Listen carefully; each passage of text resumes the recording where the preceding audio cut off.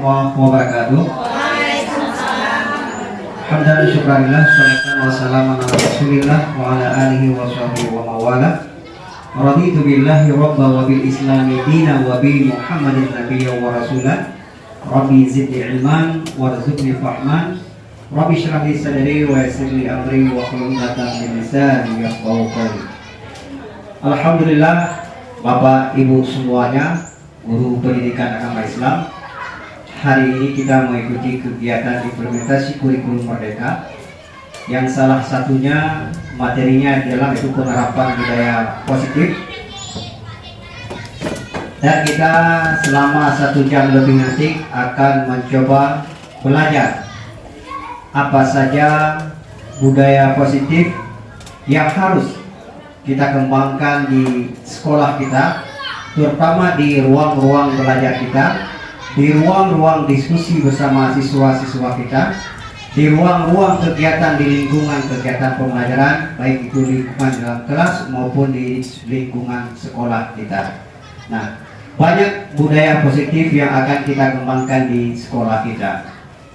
Nah, sebagaimana kita ketahui bahwasanya anak-anak kita adalah generasi kita ke depan. Dari mereka lah potret negara kita. Dari mereka lah wajah kehidupan desa kita. Dari mereka lah nanti ke depan akan menimbulkan generasi-generasi yang baik, generasi-generasi yang berakhlakul karimah, generasi-generasi yang cinta kepada negara Indonesia. Sebagaimana kita ketahui, anak-anak kita adalah salah satu hal yang utama yang harus kita bina. Kalau boleh diibaratkan, mereka itu seperti biji-bijian yang kita taburkan. Biji tersebut akan tumbuh, dan ketika tumbuh dia akan menjadi sesuatu yang berguna. Ini yang akan kita harapkan. Nah, kapan itu kita mulai? Saat sekarang ini. Kalau bukan sekarang kita mulai untuk menumbuhkan budaya positif kepada mereka, kapan lagi? Karena generasi-generasi ke depan terbentuk pada generasi-generasi sekarang.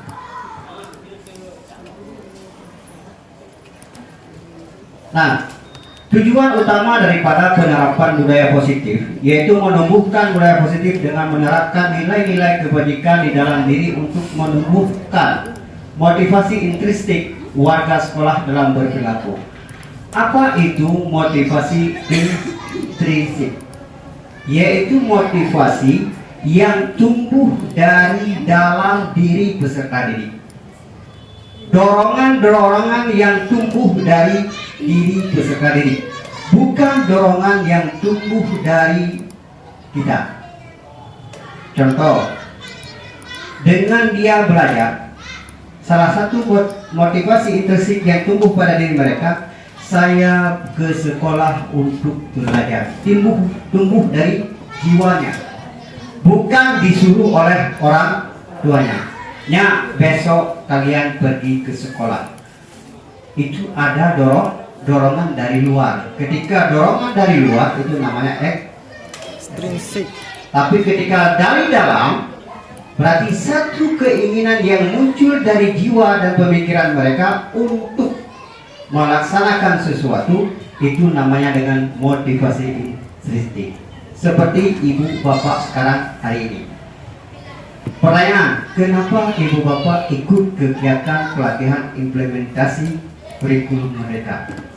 Apa yang menjadi motivasi? Ketika berbicara tuntutan, berarti itu yang namanya dorongan dari luar, karena perlu sertifikat untuk ke sertifikasi, disuruh kepala sekolah, bukan muncul dari dalam. Tapi ketika muncul dari dalam, saya perlu belajar tentang kurikulum Merdeka, berarti itu muncul dari jiwa kita. Nah, makanya motivasi intrinsik ini adalah muncul dari jiwa kita yang ke dalam.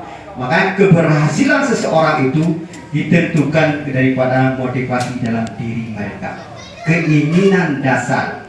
Begitu juga dengan siswa kita. Ini yang akan kita coba munculkan kepada siswa kita.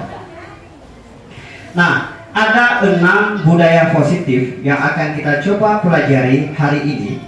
Yang pertama ada disiplin positif, kemudian ada nilai-nilai kebajikan apa saja yang ada di dalam penerapan disiplin positif atau budaya positif. Kemudian yang kedua kita akan belajar tentang teori motivasi, hukuman, penghargaan, restitusi. Bagaimana memberi hukuman kepada siswa, bagaimana memberi penghargaan kepada siswa, bagaimana cara memotivasi siswa. Seperti Bapak Kabit tadi menyampaikan, jangan sampai menyakiti. Ini akan kita pelajari hukuman-hukuman yang memang akan kita berikan kepada siswa kita. Layakkah hukuman itu kita berikan atau tidak? Layakkah penghargaan itu kita berikan atau bagaimana? Ini akan kita bahas nanti. Kemudian ada keyakinan kelas. Salah satu budaya positif yang harus kita kuatkan kepada peserta didik kita di dalam ruangan-ruangan kelas kita, yaitu keyakinan kelas. Contoh Ibu, kegiatan pembelajaran seperti ini, ada kesepakatan ataupun keyakinan yang kita bangun bersama. Contoh, datang tepat waktu, kemudian aktif di dalam kegiatan pelaksanaan. Itu keyakinan-keyakinan yang kita bangun di dalam komunitas kita saat kita belajar. Keyakinan dengan siswa juga bisa kita bangun. Nah, ini yang akan kita buat nanti, bagaimana membuat keyakinan kelas bersama siswa. Kemudian yang keempat, kita juga akan membahas kebutuhan dasar manusia dan dunia berkualitas. Semua manusia itu mempunyai kebutuhan dasar. Ada 5 kebutuhan dasar daripada manusia. Ini yang akan coba kita gali bersama. Kemudian ada 5 posisi kontrol. Kita sebagai pendidik ada 5 posisi kontrol yang akan kita lakukan di dalam kegiatan pembelajaran kita. Kemudian ada yang terakhir, yaitu segitiga restitusi. Ini juga akan kita bahas selama 1 jam ke depan. Baik Ibu Bapak sekalian. Nah, sekarang saya ingin mengajak Ibu Bapak semuanya mengempalkan tangan. Mengempalkan tangan, satu tangan dikepalkan. Mengepalkan tangan. Kemudian kawan yang di samping berusaha untuk membukakan gempalan tangan tersebut. Kawan yang mengepalkan tangan berusaha mati-matian untuk tidak membukakan gempalan tangannya.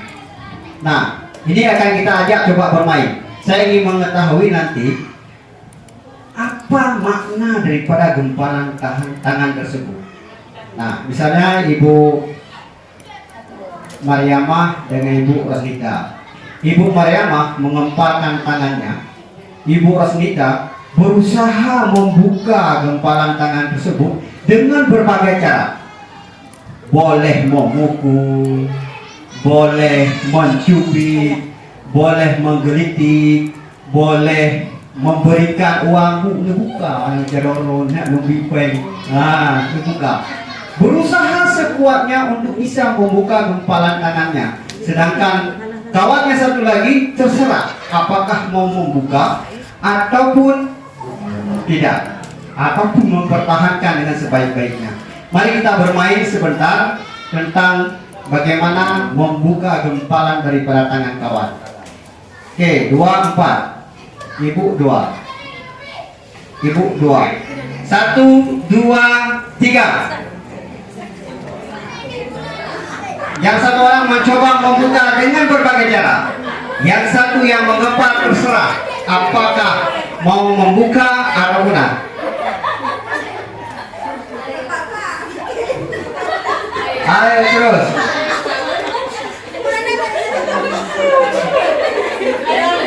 Nah, cukup. Baik. Saya ingin salah satu daripada Bapak Ibu untuk menyampaikan kenapa tidak mau membuka gempalan tangannya. Berbagai cara diusahakan oleh kawannya, tapi tidak mau membukakan tangannya. Siapa? Mungkin terlalu kuat dari Ibu Ros. ini rahasianya kita berakhir. Baik. Ini berbagi. Ibu Ros, kirana kipancara yang membuka lampihan terbuka. Lembuka memang pelan-pelan, tidak menyakiti yang menggepar. Tapi wah kita yang dibuka. Sampai lebih ini. Beli kali. Selalu, tapi yang enggak keluar. Baik, Ibu Mariama mengatakan bahwasanya beliau tidak mau membuka gemparan tangannya karena beliau itu sangat kuat daripada Ibu Rosnita. Ibu Rosnita sudah berusaha secara maksimal dengan berbagai cara sampai menggelitik, sampai ada memukul tangan seperti ini supaya terbuka, tapi tidak bisa terbuka. Kenapa? Karena kontrol itu ada pada kita yang mengemparkan tangan. Ini intinya. Kontrol itu ada pada kita. Kalau kita mau membukakan tangan tanpa digelitik, tanpa diiming-iming sesuatu, kita akan membukanya.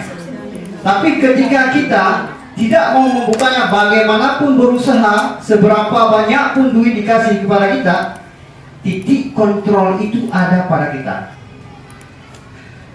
Nah, kita akan melihat miskonsepsi di dalam pembelajaran yang terjadi selama ini. Guru selama ini, guru mengontrol murid. Guru mengontrol muridnya harus pah-pah lagi.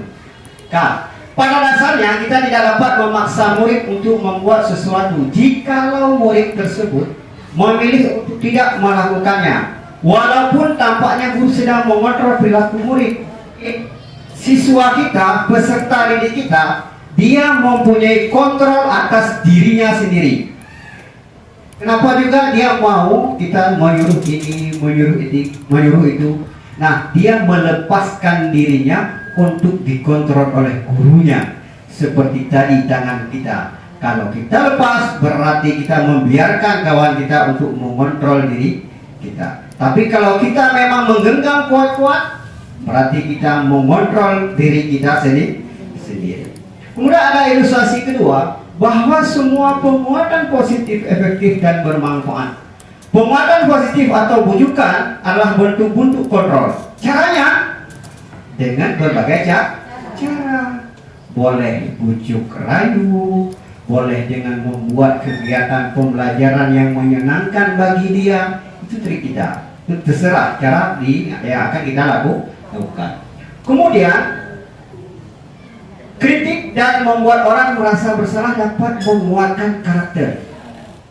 Menggunakan kritik dan rasa bersalah untuk mengontrol murid menunjukkan pada identitas gagal. Kita melihat siswa kita itu karakternya kurang baik. Kita selalu menjas. Setiap saat ibu melihat kamu yang melakukan itu. Padahal bahasa yang lain bisa kita pakai untuk yang tidak terlampau vulgar.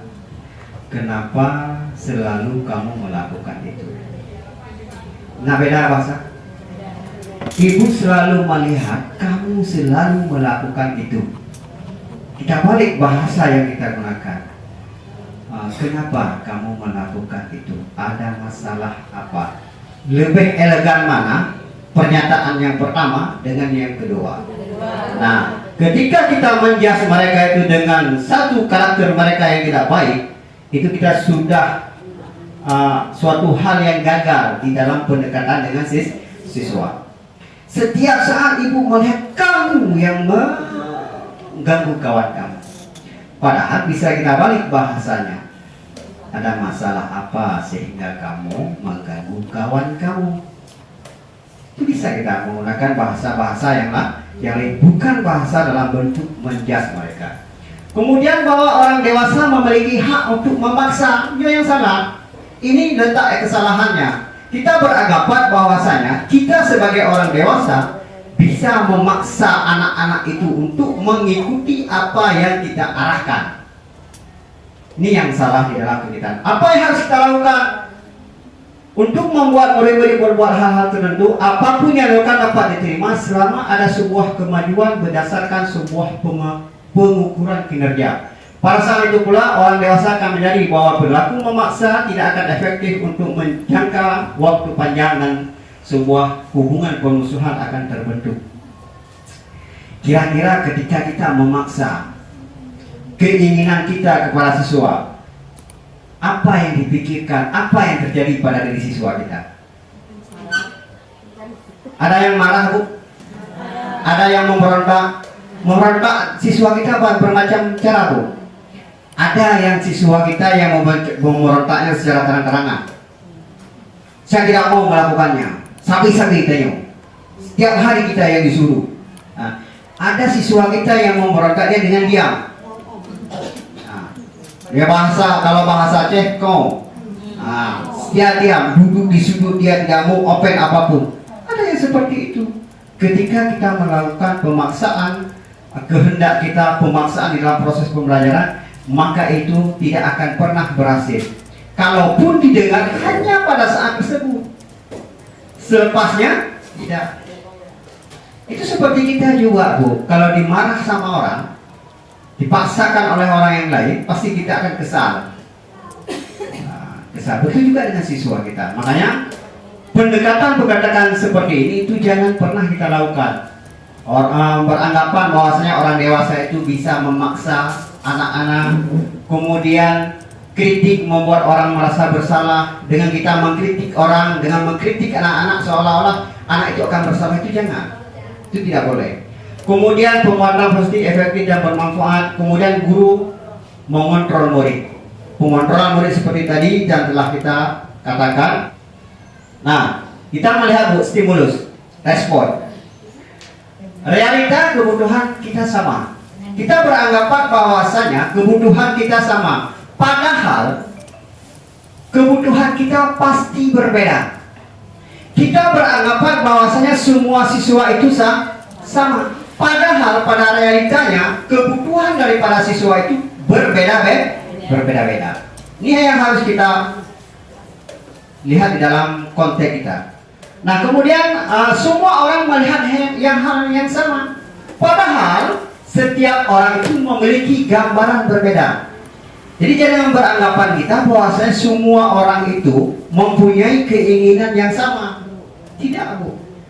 Kita mempunyai visi kita mempunyai gambaran kita yang berbeda-beda. Ini yang harus. Begitu juga dengan siswa kita. Antara siswa satu dengan siswa yang lain itu mempunyai gambaran, mempunyai visi, mempunyai kehendak yang berbeda-beda. Disinilah fungsi kita untuk dapat mengakomodir itu semua. Nah, seperti di dalam ruangan ini, kita hari ini mengikuti kegiatan kita pada hari ini. Tetapi dalam konsep kita hari ini, di dalam pikiran kita pasti ada yang berbeda keinginan dalam mengikuti kegiatan ini. Nah, ini. Kemudian kita mencoba mengubah orang agar berpandangan sama dengan kita. Kita ingin menyamakan persepsi di dalam ruangan kita. Ingin menyamakan setiap konsep yang kita bangun diterima oleh orang lain.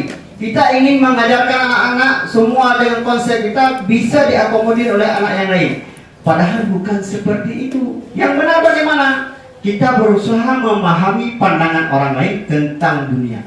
Kita berusaha memahami setiap perbedaan yang ada di dalam ruangan ini maupun yang ada di dalam kelas kita. Kenapa harus berusaha memahami perbedaan? Karena kita tidak sama. Dengan memahami perbedaan, kita dapat berkolaborasi dengan semua orang. Begitu juga dengan anak-anak kita. Ini yang harus kita lihat ke depan. Kemudian perilaku buruk dilihat sebagai suatu kesalahan.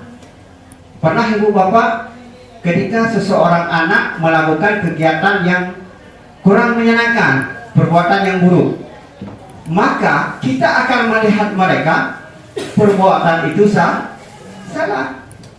Sehingga kita berkata kepada siswa kita, apa yang kamu lakukan itu salah. Kita katakan. Nah, padahal sebenarnya bagaimana? Semua perilaku memiliki tujuan. Setiap perilaku yang salah menurut kita, dia ada tujuan. Misalnya, Bu, dia melempar ayam. Menurut kita Bu, salah. Kita tanya sama dia, kenapa kamu melempar ayam? Kalau tidak saya melempar ayam, maka anak bebek itu akan mati di patok ayam. Kalau saya datang dekat ayam tersebut, pasti saya yang akan dipatok oleh anak. Tujuan anak tersebut bagus kan? Bagus. Tapi pandangan kita salah. Nah, jadi semua perilaku itu mempunyai tujuan. Tugas kita apa? Menggali tujuan itu. Makanya di dalam bahasa Arab kita namakan dengan tabayun, klarifikasi, lihat masalah, lihat tujuan apa dia melakukan itu. Jangan langsung kita mengatakan itu salah. Makanya setiap perilaku buruk itu dilihat sebagai suatu kesalahan yang bagi kita. Tetapi setiap perilaku itu mempunyai tujuan itu yang benar. Makanya klarifikasi. Begitu juga dengan anak-anak kita Bu. Ketika mereka kita mendengar dia memukul kawan, pung di bawah kawan. Padahal becut, pung di bawah kawan. Ikli karena anaknya nangis dia. Nah, pernah lagi dia itu salah. Kenapa kamu pukul dia dengan kuat segala macam itu? Nah, tanpa kita melihat alur permasalahan. Nah, kemudian selanjutnya saya bisa mengontrol orang lain. Ya waham kita Bu. Kita bisa beranggapan kita bisa mengontrol orang lain. Padahal Anda tidak bisa mengontrol orang lain. Contoh, Ibu Rosnita tadi, dia mencoba membuka tangan Ibu Maryamah dengan berbagai caranya, dengan berbagai rayuannya, dengan berbagai triknya, dengan berbagai kritiknya, dengan berbagai pukulannya. Tetapi Ibu Maryamah tetap masih berkekeh bahwasanya beliau tidak akan membuka tangan beliau. Berarti kontrol itu di mana? Pada diri kita sendiri, bukan pada orang lain. Makanya kalau memang ada orang mengatakan saya disuruh oleh orang itu, kita tidak punya kontrol. Berarti kita kontrol oleh orang lain. Padahal yang benar, kontrol itu ada pada diri kita, bukan pada orang lain. Nah, makanya kita jangan mau dikontrol. Nah, kemudian pemaksaan ada pada saat bujukan gagal. Ketika kita tidak berhasil di dalam membujuk siswa kita untuk berperilaku baik, tidak mengganggu kawannya, pasti pemaksaan itu akan terjadi. Kalau kamu mengulang kembali, Bapak lapor ke polisi. Kalau kamu mengulang kembali, Bapak suruh berdiri di tiang bendera dari pagi sampai siang. Itu sudah masuk pemaksaan. Yang benar bagaimana? Kolaborasi dan konsensus menciptakan pilihan-pilihan baru. Ini yang benar. Misalnya, dia suka mencuri, mengambil punya kawan. Kita bujuk dia, bujuk. Nah, setelah kita bujuk, kita gali kenapa, di mana masalah sehingga dia mencuri. Terjadi konsensus baru, kolaborasi. Dengan siapa kita lakukan kolaborasi? Dengan wali kelas, dengan orang tua. Kita tanya kepada orang tua berapa jajan dia sehari. Kita coba gali informasi semua. Nah, sehingga kita tahu di mana titik temunya. Nah, menciptakan pilihan-pilihan baru sehingga solusi kepada anak ini dapat tercapai. Ini yang perlu. Jangan langsung kita memaksakan. Kalau kamu masih mencuri, maka Bapak akan melaporkan ke polisi. Jadi dari pemahaman ini kita bisa sedikit demi sedikit merubah perilaku itu. Ini yang harus kita lakukan. Model berpikir menang kalah, model berpikir menang-menang.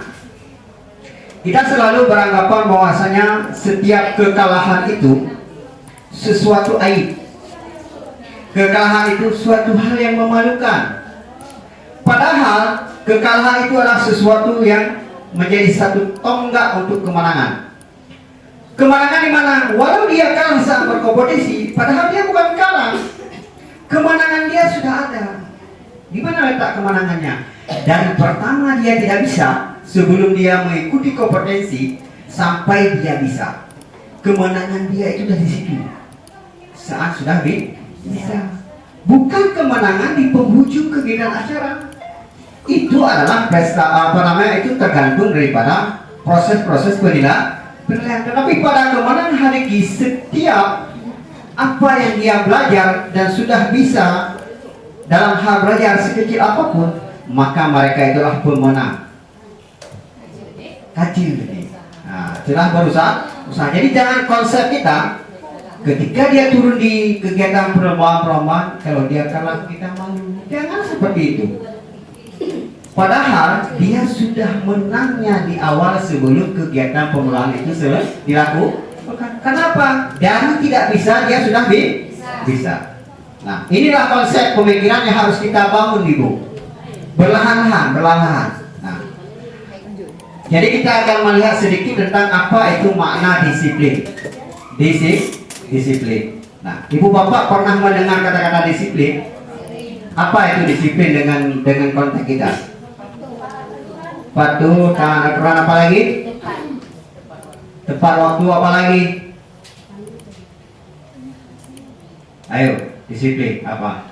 Nah, disiplin dimaknai menjadi sesuatu yang dilakukan seorang pada orang lain untuk mendapatkan kepatuhan. Kita cenderung menghubungkan kata disiplin dengan ketidaknyamanan.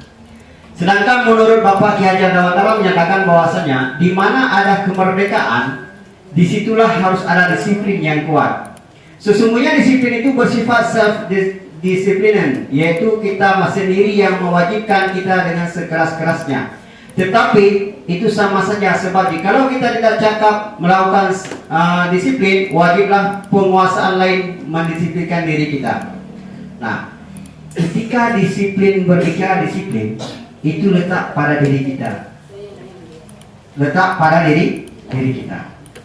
Terutama di dalam hal mendisiplinkan diri kita di saat kegiatan kita sehari-hari.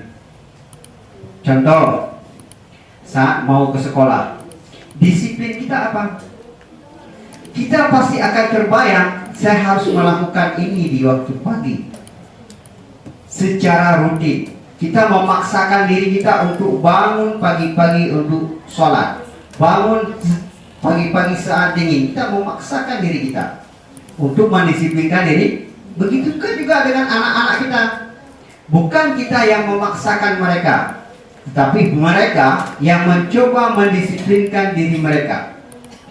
Nah, kalaupun itu tidak berlaku, maka ada yang namanya keyakinan ke kelas yang kita lakukan. Apa keyakinan kelasnya?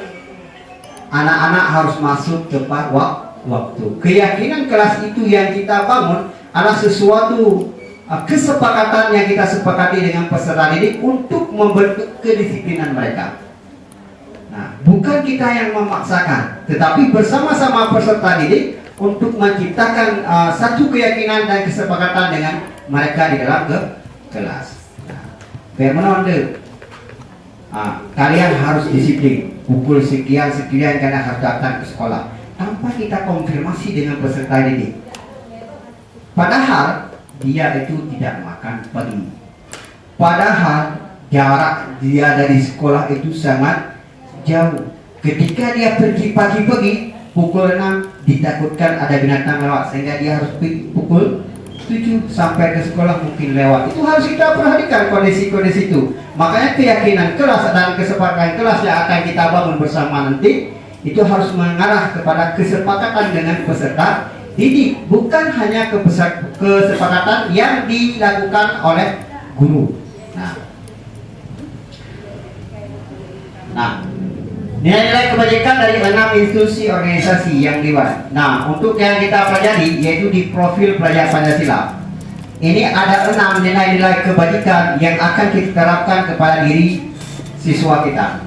Yaitu ada beriman dan bertakwa kepada Tuhan Yang Maha Esa dan berakhlak mulia. Kemudian ada mandiri, kemudian ada bernalar kritis, kemudian berkebinekaan global, kemudian bergotong royong dan kreatif. Ibu, primary yes program. Ini ada toleransi, rasa hormat, empati, keinginan, kreativitas. Kemudian ada beberapa orientasi lain yang hampir sama, peduli, rajin. Nah, semua itu di guru pendidikan agama Islam, semua yang direkomendasi daripada institusi tersebut dinilai kebajikan di guru pendidikan agama Islam, semua itu ada. Ada Bu? Semua ada. Bagaimana hidup hemat? Ada. Bagaimana hidup bersih? Itu ada. Bagaimana bertoleransi? Bagaimana berempati? Itu ada semua yang direkomendasi tersebut untuk nilai-nilai kebajikan yang harus kita terapkan kepada siswa di dalam pendidikan agama Islam, itu sudah termaktub semua. Nah, makanya kita sebagai guru PAI tidak usah susah-susah dengan perubahan-perubahan seperti ini, karena memang sudah ada sejak dulu. Kita sudah makanan guru PAI sebenarnya. Nah, cuma kita coba mengembangkan lagi ke depan hal-hal yang memang masih kita kurang ingat, kita coba memperdalam kembali. Assalamualaikum warahmatullahi wabarakatuh.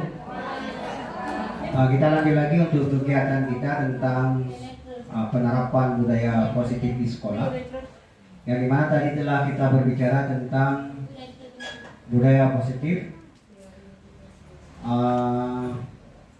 Kemudian yang kedua ada teori motivasi, hukuman, penghargaan, dan restitusi. Nah, ini akan kita coba mendalami kembali apa itu hukuman, kemudian penghargaan, kemudian restitusi itu apa. Nah, secara garis besar, motivasi perilaku manusia itu ada 3.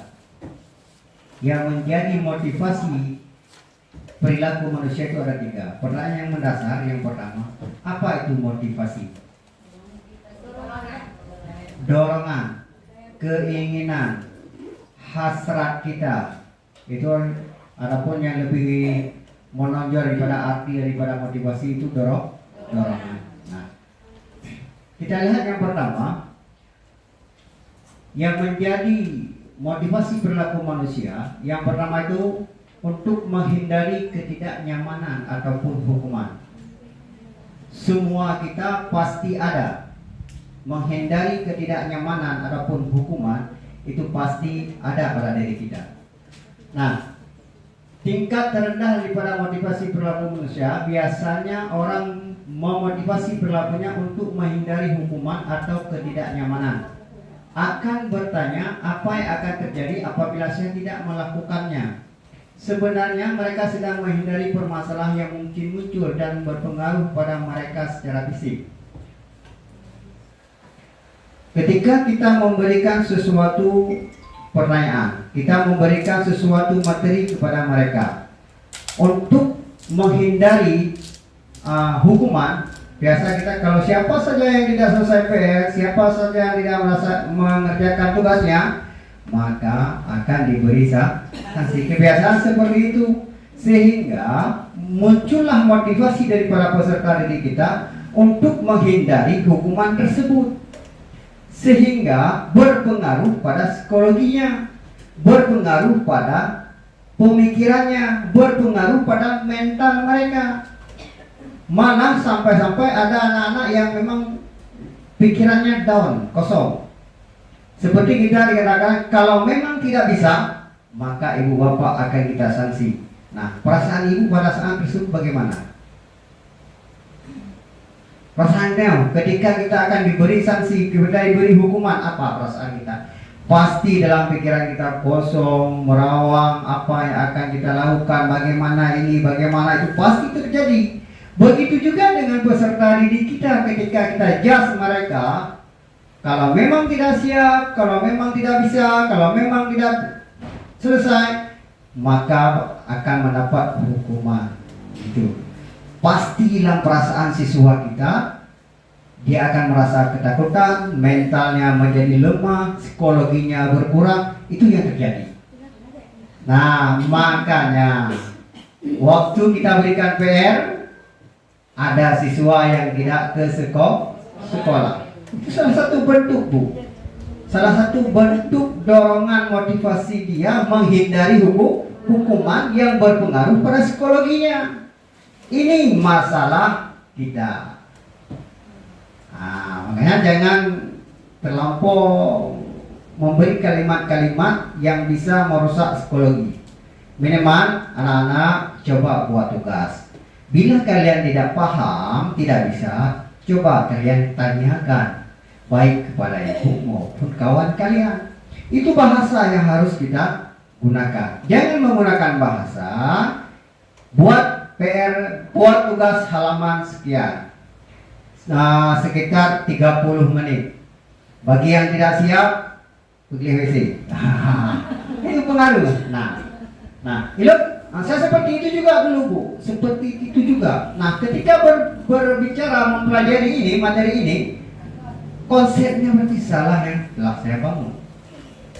Makanya ilmu-ilmu seperti ini kita berikan. Pasti terjadi karena hal-hal yang biasa yang terjadi di lapangan. Kemudian yang kedua yang bisa menjadi motivasi perilaku manusia itu untuk mendapatkan imbalan atau penghargaan dari orang lain. Itu menjadi motivasi kita. Saya ingin bekerja seperti ini sebagus-bagus mungkin supaya saya mendapatkan rewards, supaya saya mendapatkan imbalan di akhir, bisa mendapatkan pesangon yang lebih. Nah, begitu juga dengan anak-anak kita. Saya ingin mendapatkan hadiah yang diberikan oleh ibu guru. Siapa yang bisa mengerjakan soalan cepat, maka akan diberikan hadiah. Karena hadiah tersebut memotivasi dia untuk mengerjakan secara cepat. Itu psikologi juga berpengaruh kepada psikologi anak. Maka untuk mengedepankan reward itu jangan cepat-cepat, Bu. Jangan dulu kita iming-imingkan dengan duit. Biasa di rumah, Bu. Ya, tolong beli cabai. Cabai, beli telur kan. Kemudian yang sisa, duitnya sisa kamu ambil. Nah, sekali, 2 kali, 3 kali, pasti keempat kali dia bertanya, "Mak, kalau memang ada yang lebih untuk saya." Keempat, kelima, dia tidak akan pernah minta izin lagi. Itu pengaruh yang luar biasa untuk psikologi anak-anak.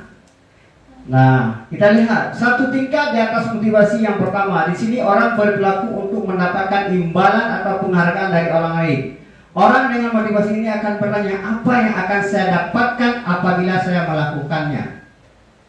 Apa yang akan saya dapatkan apabila saya melakukannya? Bermakna motivasi itu bukan muncul dalam dirinya, tetapi muncul dari luar, sehingga menimbulkan keinginan dia.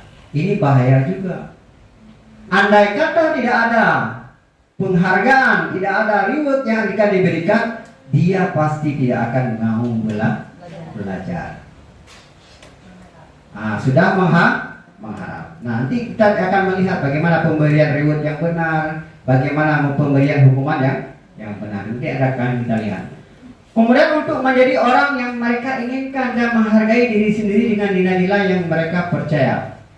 Orang dengan motivasi ini akan bertanya, akan menjadi orang yang seperti apabila saya melakukannya. Mereka melakukan sesuatu karena nilai-nilai mereka yakini dan hargai. Dan mereka melakukannya karena mereka ingin menjadi orang yang melakukan nilai-nilai yang mereka yakini tersebut. Inilah motivasi yang akan membuat seseorang memiliki disiplin positif. Ternyata di antara ketiga itu yang terbaik adalah motivasi untuk menjadi orang yang mereka inginkan dan menghargai diri dengan nilai-nilai yang mereka percaya. Saya mempunyai kemampuan berbicara, maka saya akan berkeinginan ke depan saya akan menjadi seorang orator, seorang penceramah. Itu muncul dari diri sendiri dengan berpedoman pada kemampuan diri dan karakter diri sendiri. Ini yang diharapkan. Munculnya motivasi bukan karena hukuman, munculnya motivasi bukan karena penghargaan, tetapi munculnya motivasi karena keinginan dan nilai-nilai yang dimiliki sendiri oleh peserta didik dan kita sendiri. Nyo yang boleh. Nah, setelah kita melihat ketiga cara motivasi tersebut, nah, coba kita pikirkan.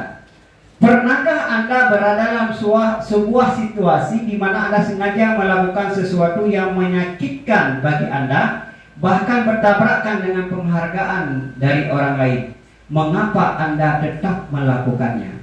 Nah, pernah melakukan sesuatu yang memang secara keinginan Anda tidak mau melakukannya. Nah, inilah yang harus kita lihat. Berarti sesuatu yang kita kerjakan bukan karena diri kita, bukan karena timbul dari diri kita, tapi dari dorongan dari luar, maka pekerjaan yang akan kita lakukan itu tidak akan maksimal. Boleh jadi ia selesai pada saat tersebut, tapi pekerjaan itu tidak maksimal. Nah, ini ada satu contoh, Ibu. Hukuman penghargaan. Hukuman penghargaan. Iva kurang menguasai pelajaran matematik, sehingga pada saat pelajaran tersebut berlangsung, dia lebih banyak terdiam diri atau menggambar di buku pelajaran.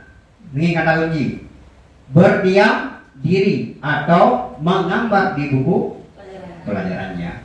Pada saat guru matematikanya Pak Seno menanyakan pertanyaan Iva, menjadi gugup dan tak sengaja menjatuhkan tasnya dari kursi, serta tiba-tiba menjadi gagap pada saat berupaya menjawab. Seluruh kelas pun tertawa melihat perilaku Iva yang berbicara tergagap-gagap dan terkejut tersebut. Pak Seno pada saat itu membiarkan teman-teman Iva menertawakan Iva yang tergagap dan malu luar biasa. Nah, malah minta Iva untuk maju ke depan dan berdiri di depan kelas sambil menunjukkan hidungnya karena tidak bisa menjawab pertanyaan Pak Seno. Kelas makin gaduh dan anak-anak pun tertawa melihat Iva di depan kelas memegang ujung hidungnya. Iva. Nah, pertanyaan selanjutnya, apakah Anda setuju dengan tindakan Pak Seno terhadap Iva? Tidak. Kalau tidak, mengapa?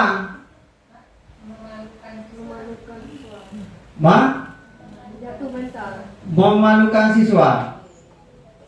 Menurut Anda, tindakan Pak Seno terhadap Iva adalah sebuah hukuman atau konsekuensi? Sebuah hukuman atau konsekuensi? Nah, ini dalam bentuk hukuman. Pertanyaan, bisa tidak seperti itu? Seringkah kita melakukan seperti itu? Nah, di sini Bu ada beberapa hukuman yang sangat fatal. Yang pertama, hukuman yang sangat fatal, Pak Seno itu tidak melihat kemampuan apa yang dimiliki oleh siswa. Yang kedua, dia menghukum siswanya di depan kelas dengan memegang hidungnya yang ditertawakan oleh kawan-kawannya. Pak Seno membiarkan itu terjadi, padahal pembiaran itu namanya bullying, perundungan. Nah, ini yang tidak boleh kita lakukan. Nah, kalau memang selama ini kita melakukan, mari berubah pelan-pelan. Nah, ini kan lagi hukuman kan? Nah, kita akan melihat hukuman, konsekuensi, dan restitusi. Hukuman bersifat tidak terencana, tiba-tiba lagi kasus Pak Seno Uno. Dia tidak merencanakan. Nah, kemudian bersifat untuk alam, hanya kepada pembuat kesalahan menurut pandangan kita. Kemudian berupa hukuman fisik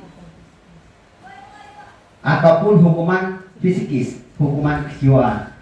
Kemudian konsekuensi sudah terencana. Kenapa sudah terencana? Karena perbuatan itu yang ini dilakukan. Kemudian sudah disepakati. Kemudian guru mau monitor murid. Murid yang diberi konsekuensi berdasarkan kesepakatan dengan mereka tetap monitor. Makna monitor di sini adalah pembinaan. Nah, satu lagi restitusi. Restitusi adalah suatu proses menciptakan kondisi bagi murid untuk memperbaiki kesalahan mereka, sehingga mereka bisa kembali pada kelompok mereka dengan karakter yang lebih kuat. Restitusi merupakan proses kolaboratif yang mengajarkan murid untuk mencari solusi untuk masalah mereka dan membantu murid seperti tentang orang seperti apa yang mereka inginkan dan bagaimana mereka harus memperlakukan orang lain.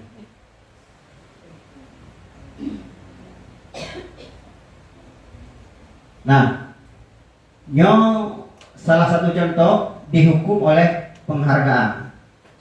Coba kita lihat apakah kita pernah melakukannya atau tidak. Saat kita berulang kali menjanjikan hadiah kepada anak-anak agar berperilaku tanggung jawab, atau kepada seorang murid agar mempelajari sesuatu yang baru, atau kepada seorang karyawan agar melakukan pekerjaan yang berkualitas, kita sedang berasumsi mereka tidak dapat melakukannya atau mereka tidak akan memilih untuk melakukannya. Nah, ketika kita memberikan suatu penghargaan kepada orang lain, apabila kalian dapat menyelesaikan tugas dalam waktu 30 menit, maka ibu akan memberikan hadiah pulpen kepada kalian. Nah, ketika kita mengatakan akan memberikan hadiah pulpen kepada kalian, kita sedang berasumsi bahwasanya anak itu tidak bisa melakukannya, sehingga kita perlu memberikan motivasi kepada mereka. Atau kita sedang berasumsi anak tersebut tidak akan melakukannya, sehingga kita mencoba merayu mereka dengan memberi penghargaan. Itu tidak boleh. Ini apa? Dihukum oleh penghargaan. Secara tidak langsung kita sedang menghukum mereka. Kita sedang beranggapan kamu tidak bisa karena kamu tidak bisa, ini hadiah untuk kamu. Kamu tidak mau melakukannya karena kamu tidak mau melakukannya, ibu ingin kalian melakukan, ini hadiah untuk kamu. Kita sedang berasumsi itu. Ya, ini masalah yang terjadi. Padahal hal yang sepele, apalah hadiah satu pulpen. Padahal kita sedang melakukan hukuman untuk mereka karena kita berasumsi mereka tidak bisa, atau kita berasumsi mereka tidak akan pernah melakukan pekerjaan yang kita suruh. Nah, kayaknya maksudnya untuk kita memberikan yang mana hukuman dalam bentuk penghargaan, ya, sehingga orang tercerahkan. Yang mana yang dikatakan hukuman dalam bentuk penghargaan, ini dia. Kenapa itu dikatakan hukuman? Kita sedang beranggapan dia tidak mau melakukan atau dia tidak bisa melakukan, sehingga perlu memberikan penghargaan sebagai bentuk motivasi untuk membangkitkan dia melakukannya atau mengerjakannya dengan cepat.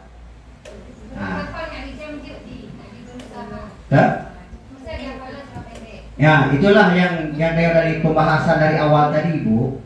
Ada yang namanya motivasi intrinsik dalam jiwa siswa, motivasi yang berdasarkan dari dorongan diri sendiri. Kalau kita memberi motivasi dalam bentuk penghargaan, itu adalah motivasi dari luar. Keinginan kita, siswa kita itu muncul motivasinya dari dalam dirinya sendiri. Inilah yang kurang daripada peserta didik kita. Nah, kawan, bahkan hanggebi hukuman dihukum oleh penghargaan. Kawan menadi. Betul. Tapi kita ketahui bahwasanya di dalam konsep pendidikan kita sedang menghukum dia dengan penghargaan.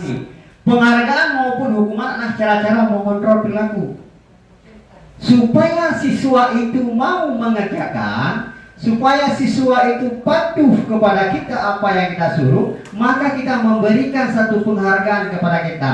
Ketika kita memberikan penghargaan kepada peserta didik, kita sudah mengontrol mereka. Tindakan belajar itu sendiri adalah penghargaan sesungguhnya. Penghargaan Penghargaan yang betul-betul penghargaan yaitu dia mau melakukan sesuatu itu dengan diri sendiri, bukan dengan iming-iming penghargaan. Tindakan memberi penghargaan nilainya itu sama dengan menghukum seseorang. Yang saya pegang al-fiqh. Yang mana hukuman dengan penghargaan, yang mana yang bisa kita berikan penghargaan. Karena yang bisa kita berikan penghargaan yaitu di akhir kegiatan proses tanpa kita iming-iming. Contoh no. Di sekolah, kepala sekolah kita tidak mengatakan apa-apa. Nah, kita bekerja, misalnya berbuat ini, melakukan itu. Di akhir itu ada evaluasi.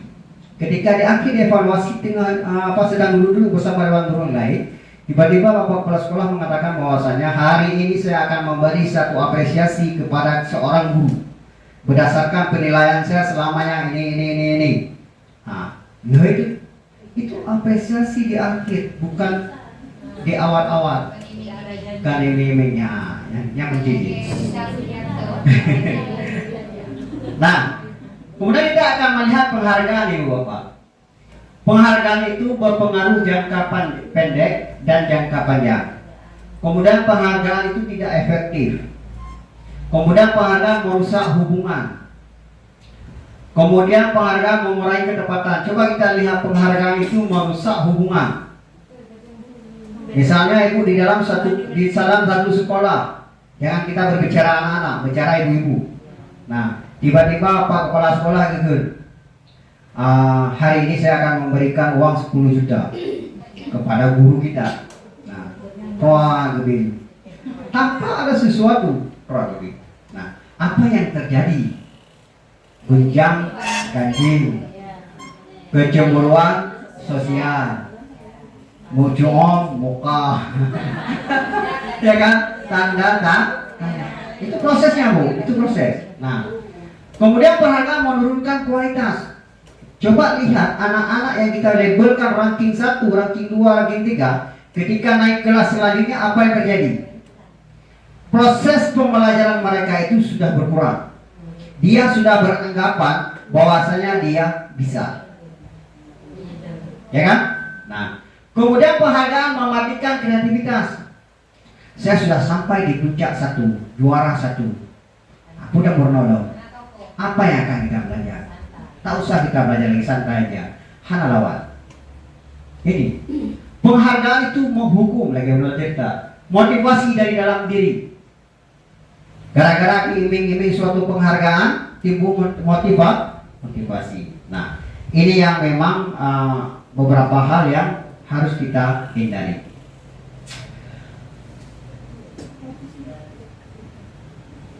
Nah, sekarang kita akan melihat di keyakinan kelas Ibu. Sebelum masuk ke 5 kontrol, kita masuk di keyakinan kelas. Nah, apa itu keyakinan kelas?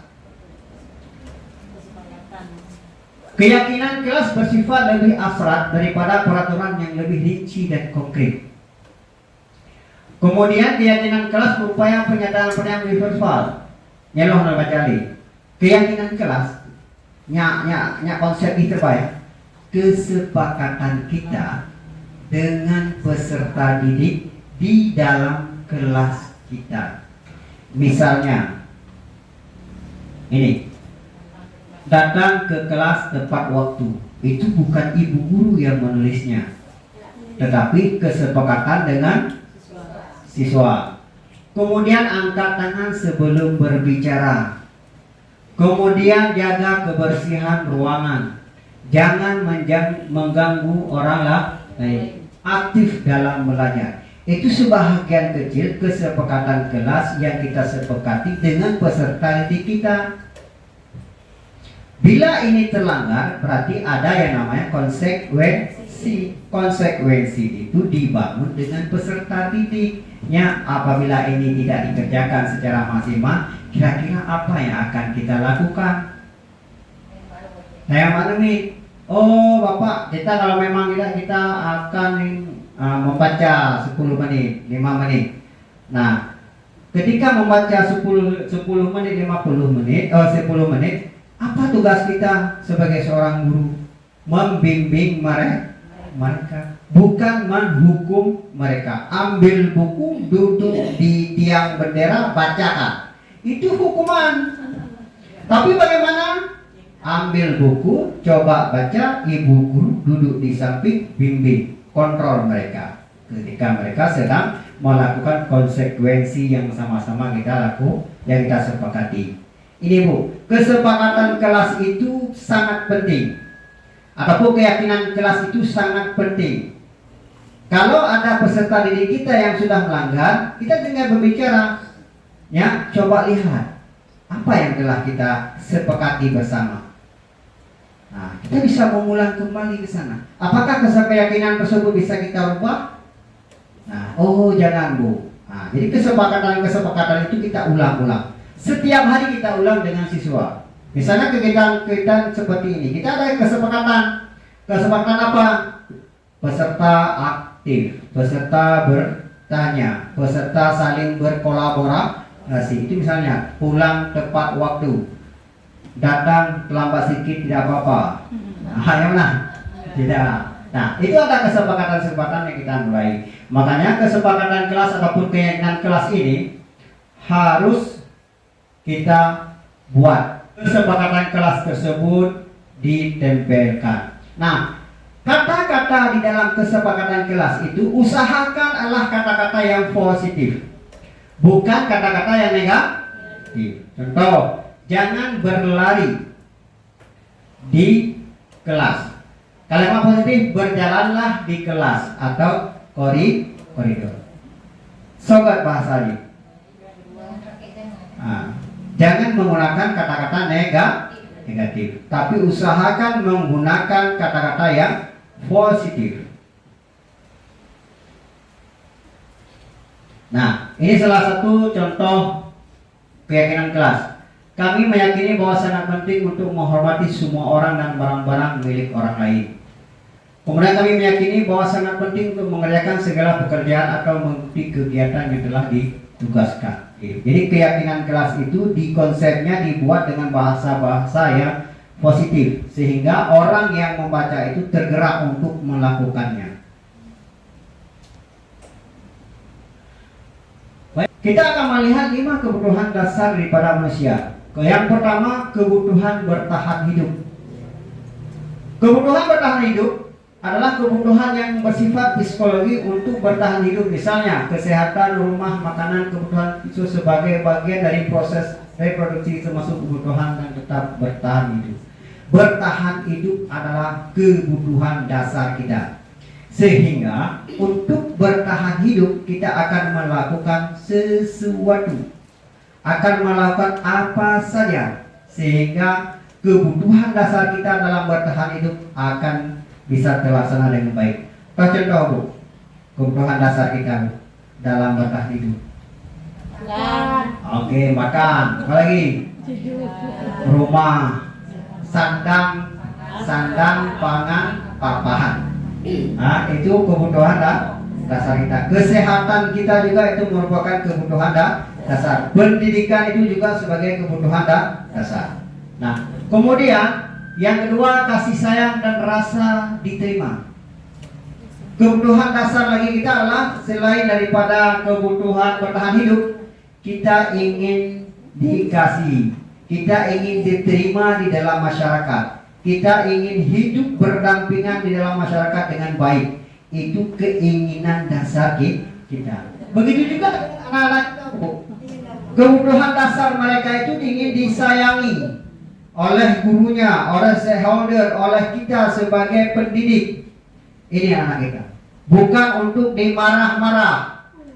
Nah, ini kebutuhan dasar daripada baik kita sebagai orang yang dewasa maupun anak-anak. Kemudian penguasaan kebutuhan pengakuan atas kemampuannya. Kita ingin diakui atas segala sesuatu yang kita kerjakan. Begitu juga anak-anak ingin diakui atas apa yang dia kerjakan. Jadi mengajari mereka, menuntun mereka membimbing mereka. Setiap kesalahan yang mereka lakukan kita perbaiki secara perlahan-lahan sehingga mereka bisa.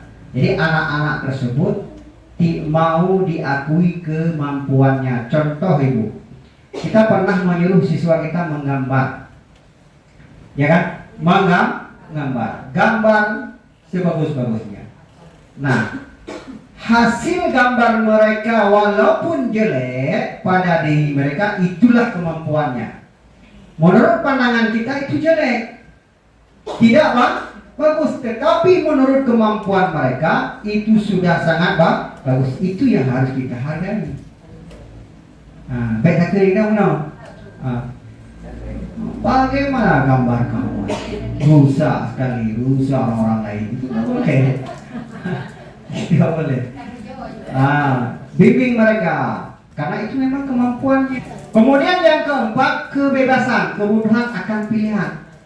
Kita mempunyai pilihan. Pilihan kita tidak boleh didikte oleh orang yang lain.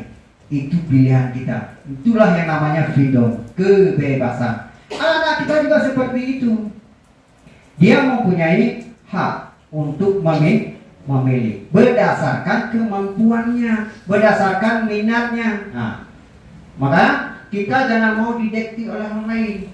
Kenapa kita kaku di dalam kegiatan pembelajaran? Kita terdikte dengan orang lain. Contoh, ketika kita buat administrasi pembelajaran ibu, ya kan? Patron itu sudah ada diberikan oleh pemerintah. Ini cuma itu patronnya. Polanya cuma itu. Nah, kita terdikte harus seperti ini, harus seperti ini.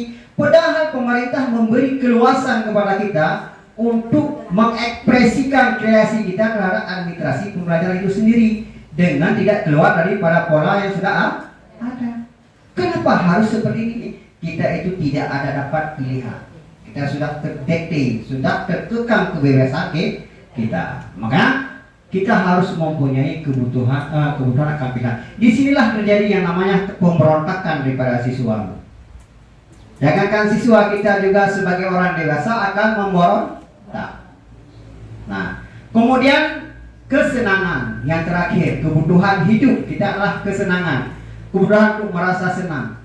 Semua orang itu tidak ada yang bermimpi merasa susah.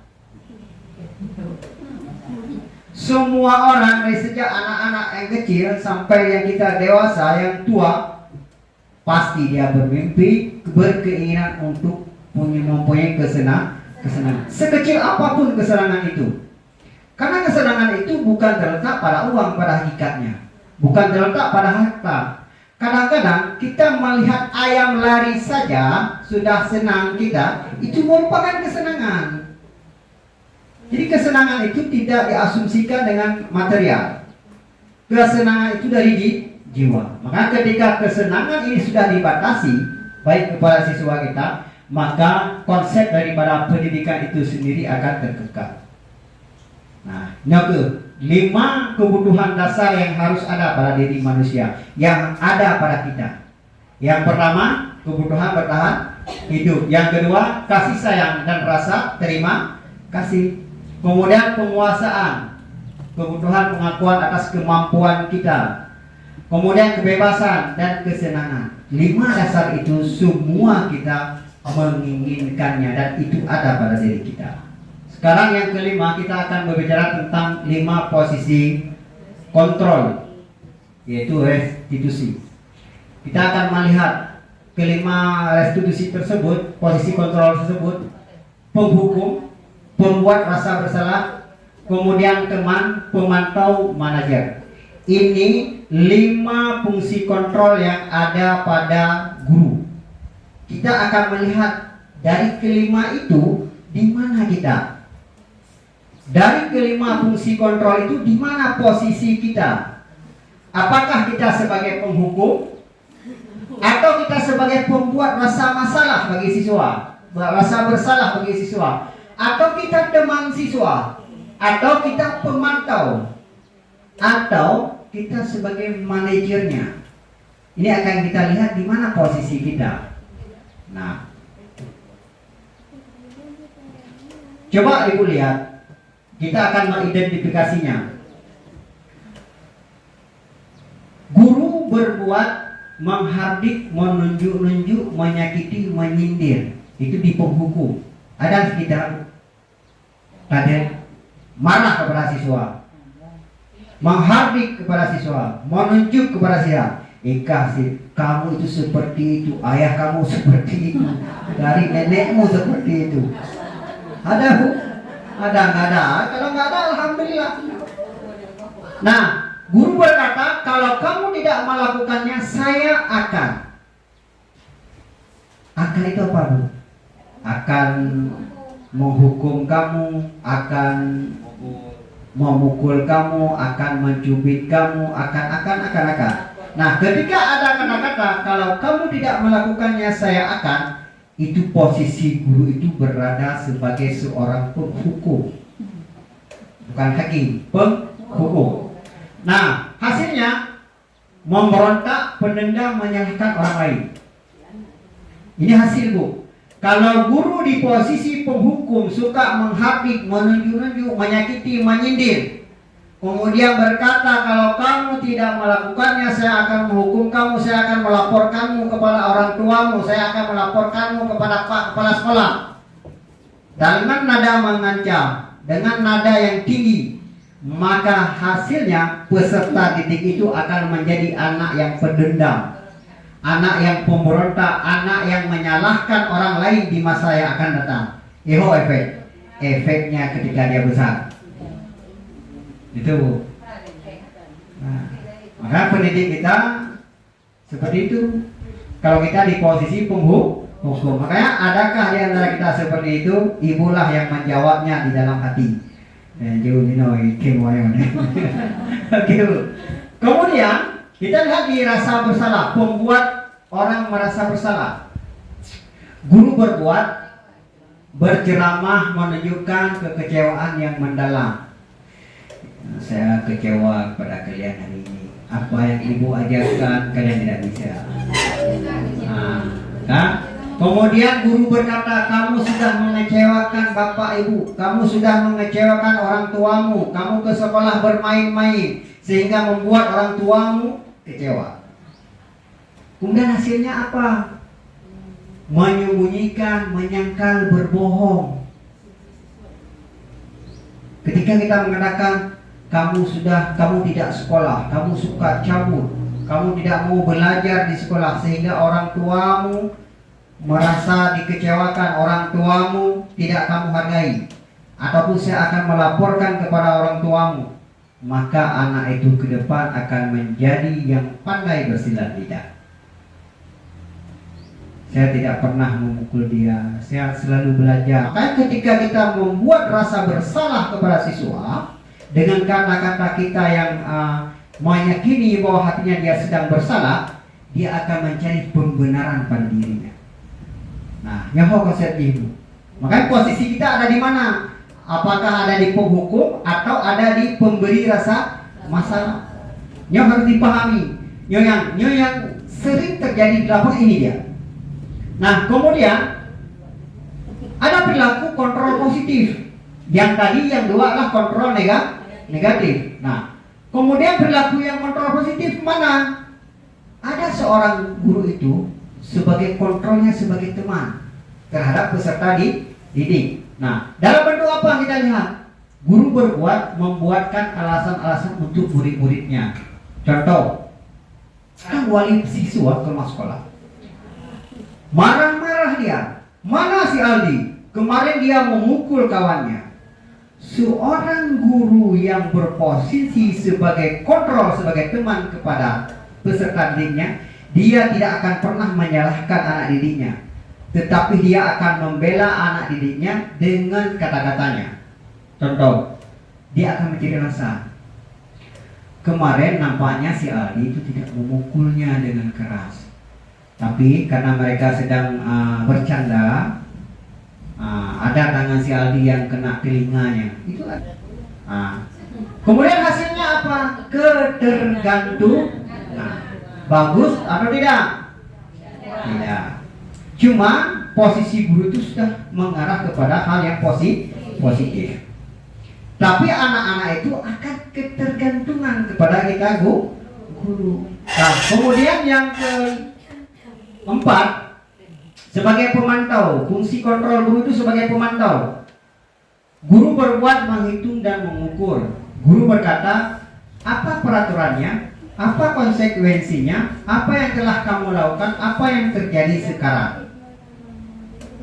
Nah, setiap kesalahan, setiap tindakan yang dilakukan oleh peserta didik, dia akan berkata, apa yang kamu lakukan sekarang? Apa konsekuensi bila kamu melanggar kesepakatan kelas kita? Yang berarti posisi guru itu berada pada kontrol sebagai pemantau. Kemudian hasilnya menyesuaikan bila diawasi. Anak-anak akan berperilaku baik bila kita awasi. Masih bagus? Bagus, ada peningkatan. Nah, tapi ketika kita tidak mengawasinya, dia akan berbuat seperti apa yang diinginkannya. Kemudian yang terakhir sebagai manajer, kontrol sebagai manajer. Guru berbuat mengajukan pertanyaan-pertanyaan. Guru berkata, apa yang kita yakini? Apa kamu meyakini hal tersebut? Kalau kamu meyakininya, kamu memperbaikinya. Kalau kamu memperbaikinya, jadi kira-kira hal tersebut akan mengamankan apa tentang diri kamu. Nah, ini bentuk sebagai seorang manajer. Contohnya, anak berbuat kesalahan. Dia akan bertanya kepada anak tersebut, apa yang telah kamu lakukan? Saya telah melakukan ini, Bu. Ketika kamu telah melakukan ini, apa kira-kira yang timbulkan daripada perbuatan kamu? Nah, ketika kamu melakukan ini, apa yang ditimbulkan daripada perbuatan kamu? Kemudian bagaimana solusi untuk menyelesaikan masalah ini? Ketika pertanyaan-pertanyaan itu disajikan oleh seorang guru untuk membangkitkan daripada permasalahan yang ditimbulkan, kemudian dicari solusinya bersama-sama siswa, maka guru tersebut sudah berada pada posisi kontrol manager. Nah, hasilnya apa? Menguatkan watak karakter. Daripada kelima fungsi kontrol ini, yang lebih kuat yaitu di posisi manajer. Nah, yang terakhir, Ibu, yang terakhir yaitu tentang segitiga restitusi. Kita akan melihat salah satu contoh daripada segitiga restitusi ini. Sisi yang pertama, ini bukan ada 3 sisi. Bagian dasar daripada segitiga bertujuan untuk mengubah identitas anak dari orang yang gagal karena melakukan kesalahan menjadi orang yang sukses. Ingat, bagian dasar dari segitiga bertujuan untuk mengubah identitas anak dari orang yang gagal karena melakukan kesalahan yang terjadi yang sukses. Anak yang melanggar peraturan karena sedang mencari perhatian adalah anak yang sedang mengalami kegagalan.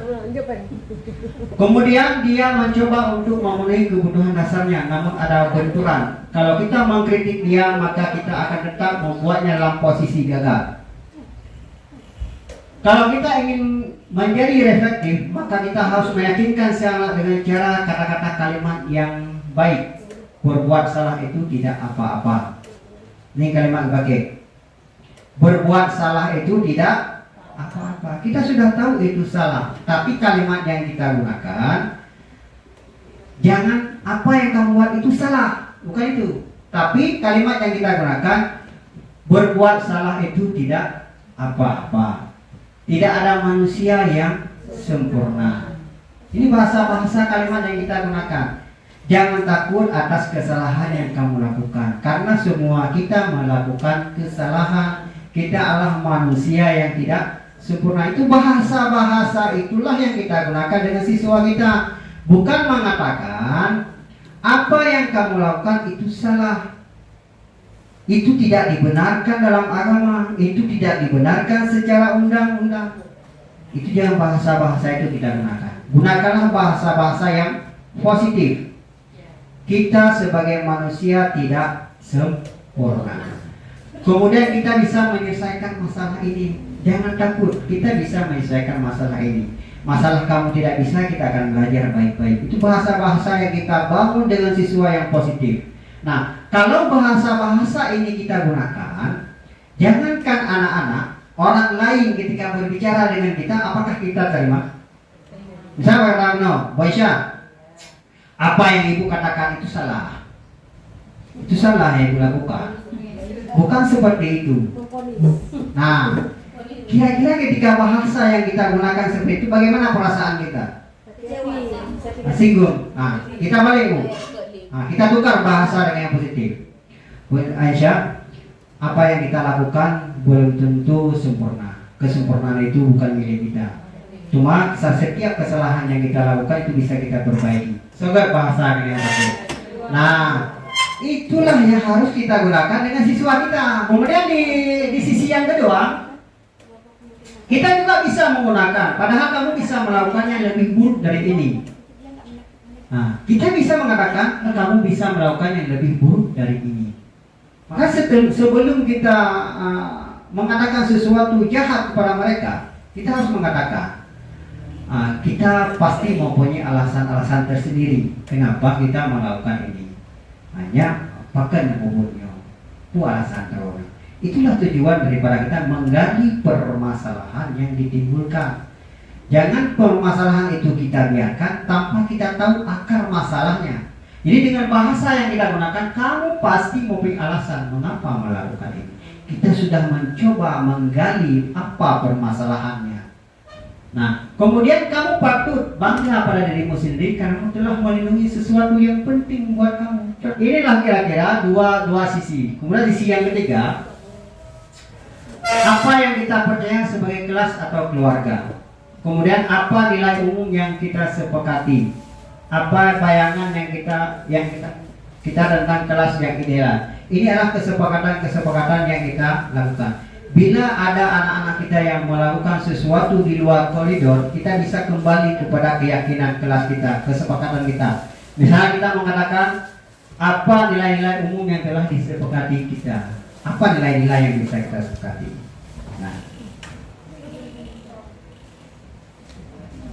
Nah, kita akan melihat satu contoh Ibu. Satu contoh. Contoh yang pertama yang biasa kita terjadi Bu, di lapangan. Apa? Satu contoh. Ketika ada satu permasalahan yang terjadi di ruangan kelas kita, terjadi di kelas kita ataupun terjadi di dalam masyarakat kita, kita bisa menyelesaikan masalah itu dengan menggunakan segitiga restitusi ini. Nah, apa yang akan kita lakukan? Satu permasalahan, peserta didik kita selalu bercakap kotor. Itu permasalahan. Nah, apa yang harus kita lakukan pertama untuk menyelesaikan permasalahan tersebut? Yang harus kita lakukan pertama yaitu menstabilkan identitas. Apa identitas yang kita stabilkan? Contoh, banyak kawan-kawan kita, mereka bertutur kata yang baik. Kenapa kamu bercakap kotor? Itu mencari identitas. Dia akan menjawab, karena saya sering mendengar di rumah. Itu kan permasalahan dia akan timbul. Nah, pertanyaan pertama, kenapa kamu bercakap kotor? Nah, kawan-kawan kalian bisa bercakap dengan baik dengan menggunakan bahasa yang baik, tapi kenapa kamu bercakap dengan bahasa yang kotor? Dia akan menjawab itu, karena di rumah saya sering seperti ini. Bersama kawan-kawan saya sering bercakap kotor seperti ini. Saya mendengar bermacam-macam jawaban. Nah, setelah kita mendapatkan jawaban, kita melanjut ke sisi yang kedua, validasi tindakan yang salah tersebut. Caranya, setelah kita mendengar permasalahan yang ditimbul, bahwasanya terjadi permasalahan karena di rumahnya sering dia dengar di orang tuanya ataupun di lingkungan yang banyak. Jadi permasalahan terjadi di lingkungannya. Nah, kita akan memvalidasi tindakan yang salah tersebut. Menurut kamu, apakah tindakan itu baik? Itu harus kita tanyakan. Tidak. Kenapa tidak? Jadi jawaban itu bukan muncul dari kita, Bu. Usahakan seminimal pun jawaban itu muncul daripada siswa peserta didik kita. Nah, kita validasi tindakan yang salah tersebut.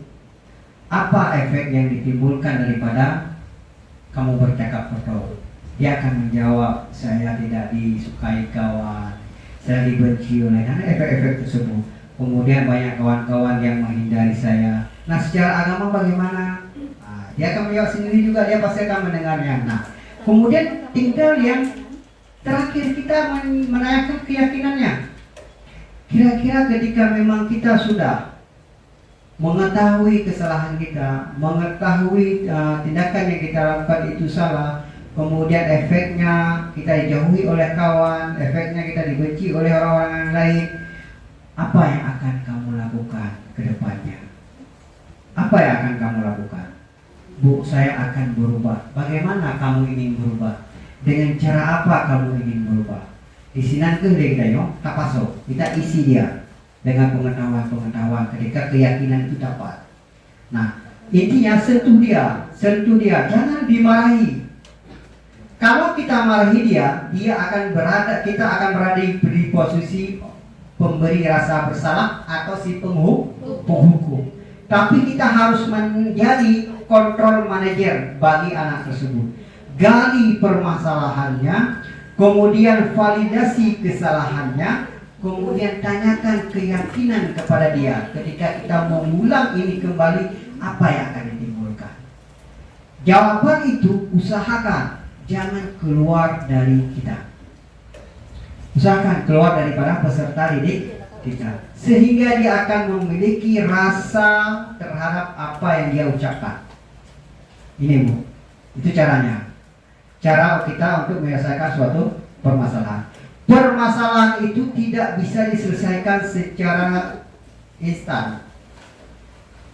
Tidak bisa membalikkan telapak tangan, tapi harus secara perlahan-lahan. Nah, inilah fungsi daripada segitiga restitusi kita. Validasi, stabilkan identitas, validasi tindakan yang salah, kemudian menanyakan keyakinan untuk pembenaran ke depan. Ini yang diharapkan. Nah, jadi kira-kira Ibu, ada pertanyaan yang berkaitan dengan budaya positif kita dari yang pertama tadi sampai dengan yang keenam tentang restitusi. Di mana ada pertanyaan? Nambah budaya positif yang harus kita bangun di sekolah. Yang mana saja? 6. Yang mana saja? Tuh, masih ingat? Yang pertama? Bu? Disiplin positif. Pulau. Yang kedua? Motivasi, penghargaan, hukuman, nilai-nilai kebajikan. Yang ketiga, keyakinan ke kelas. Yang keempat, 5 kebutuhan dasar manusia. Yang kelima, yang kelima, 5 kontrol. Restitusi 5 kontrol. Yang keenam, restitusi. Jadi baik Ibu Bapak sekalian,